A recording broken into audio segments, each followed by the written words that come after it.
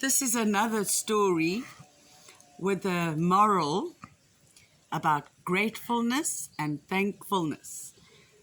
Moral. Does anyone know what moral means? Lots of stories have morals to them if you look. It means it's trying to tell you a little life lesson in the story. And see if you can see the life lesson in being grateful for what we do have in the story by Julia Donaldson and Axel Scheffler. It's also actually about everyone being squished in their houses together. That's quite like our house at the moment. And maybe like some of yours, and sometimes maybe some of you just want to be alone, like you are in the school when you go and hide behind the tree or climb up the tree. Just to have some alone time. Right, let's have a listen and see if you can pick up the moral. A Squash and a Squeeze by Julia Donaldson and illustrated, drawing artist, by Axel Scheffler.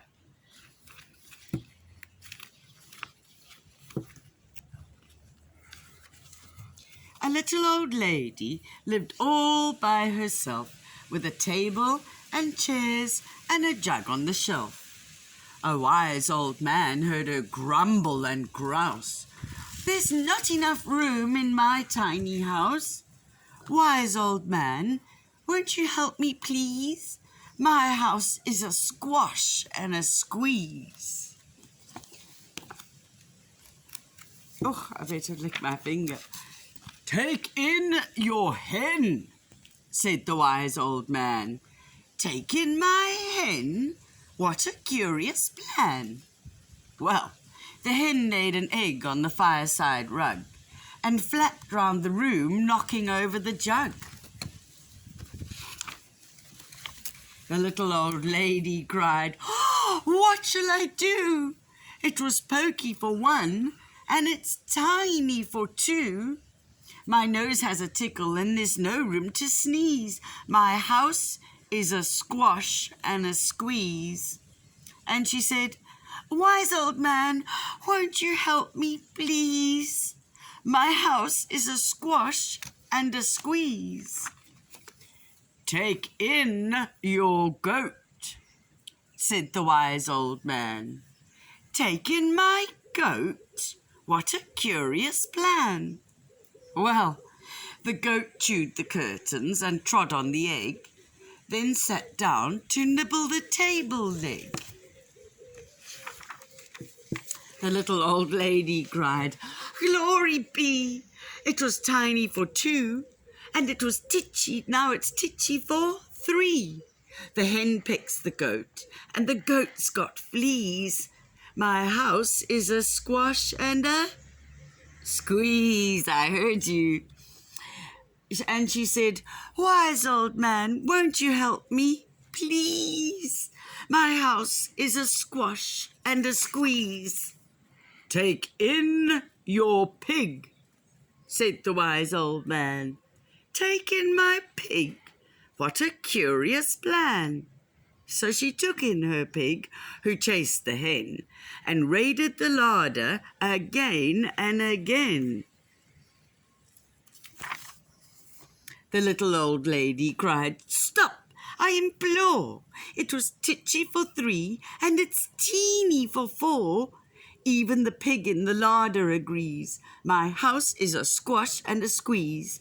And she said, "Wise old man, won't you help me, please? My house is a squash and a squeeze." "Take in your cow," said the wise old man. "Take in my cow? What a curious plan." Well, the cow took one look and charged straight at the pig, then jumped on the table and tapped out a jig. It's another word for a dance. The little old lady cried, "Heavens alive! It was teeny for four, and it's weeny for five. I'm tearing my hair out. I'm down on my knees. My house is a squash and a squeeze. And she said, wise old man, phew, won't you help me, please? My house is a squash and a squeeze. Take them all out, said the wise old man. But then I'll be back where I first began. So she opened the window and out flew the hen. Phew, that's better. At least I can sneeze again. She shooed out the goat and shoved out the pig. My house is beginning to feel pretty big. She huffed and she puffed and she pushed out the cow. Phew, just look at my house. It's enormous now. Thank you, old man, for the work you have done. It was weeny for 5.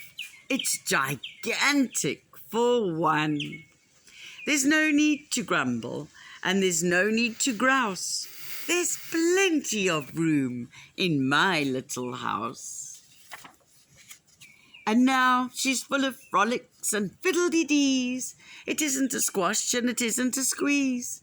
Yes, she's full of frolics and fiddle-dee-dees. It isn't a squash or a squeeze.